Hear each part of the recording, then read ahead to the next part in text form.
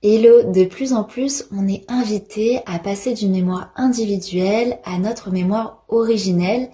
Et finalement, qu'est-ce que ça signifie vraiment? Et pour ça, j'ai une image qui m'est venue pour symboliser toute cette étape de transformation de notre mémoire. Alors, la mémoire individuelle, on va avoir l'image de quelqu'un qui a sa maison.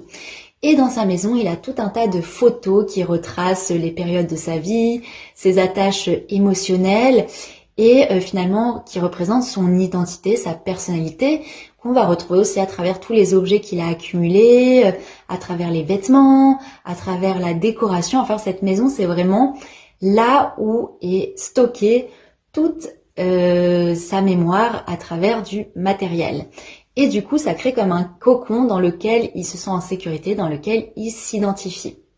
Sauf que, voilà que la nature, amène ce qu'on appelle une catastrophe naturelle, c'est-à-dire comme un ouragan qui va complètement dévaster cette maison, la mettre à terre et faire disparaître finalement tous les biens matériels auxquels l'homme qui vivait dedans s'identifiait. Et c'est là qu'en fait, cet homme, donc homme avec un grand H, apprend à se révéler, c'est-à-dire il a d'un coup accès à ce qu'on appelle à la mémoire originelle. C'est tout ce qui était en lien avec cette mémoire individuelle à laquelle il s'identifiait par sa personnalité, son personnage disparaît, pour laisser émerger finalement son essence véritable.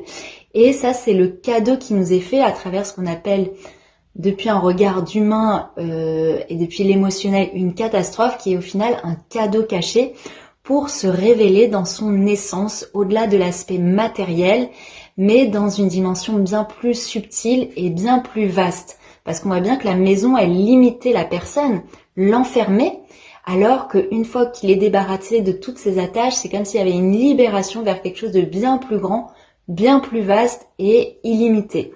Donc voilà, et ça c'est un processus auquel nous sommes invités d'un point de vue personnel mais aussi collectif, c'est-à-dire laisser mourir cette mémoire individuelle qui nous limite dans notre personnalité pour laisser émerger la mémoire originelle de notre essence divine.